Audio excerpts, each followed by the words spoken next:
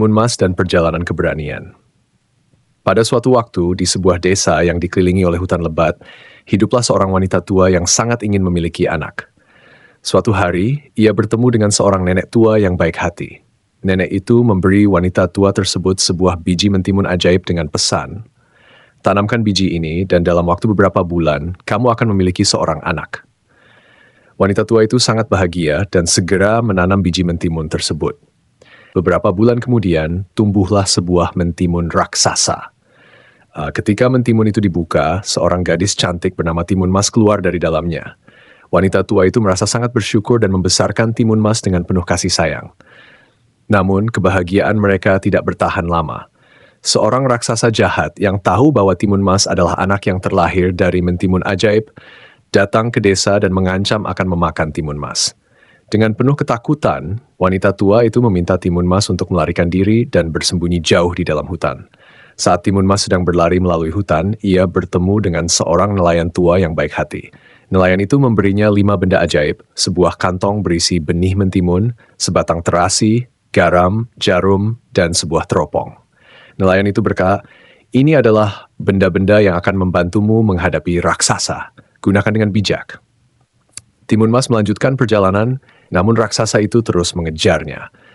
Raksasa itu semakin dekat dan dengan suara menggelegar, ia berteriak, "Aku akan menangkapmu, Timun Mas." Timun Mas pun berpikir cepat. Ia melemparkan benih mentimun ke tanah.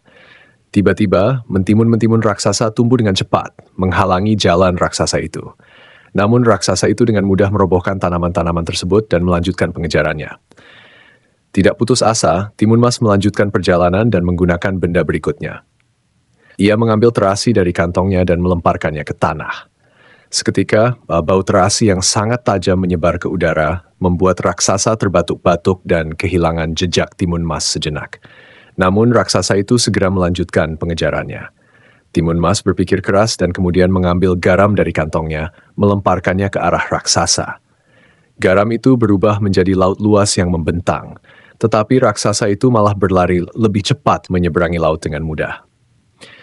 Akhirnya Timun Mas sampai di ujung hutan ke sebuah tempat yang dipenuhi dengan jarum-jarum kecil yang tersebar. Ia memegang jarum dan melemparkannya ke jalan. Seperti yang diharapkan, jarum-jarum tersebut tumbuh menjadi pagar berduri yang sangat tinggi. Raksasa itu kesulitan melewatinya dan terjebak di tengah-tengah pagar berduri. Dengan cepat, Timun Mas berlari menjauh dan akhirnya sampai di sebuah desa yang aman. Raksasa yang terkepung oleh jarum-jarum itu tak pernah mengejarnya lagi. Timun Mas kembali ke rumah wanita tua yang membesarkannya, dan mereka hidup bahagia selamanya, saling menjaga satu sama lain. Itulah kisah Timun Mas, seorang gadis pemberani yang dengan kecerdikan dan keberanian berhasil mengalahkan raksasa jahat dan menemukan kebahagiaan.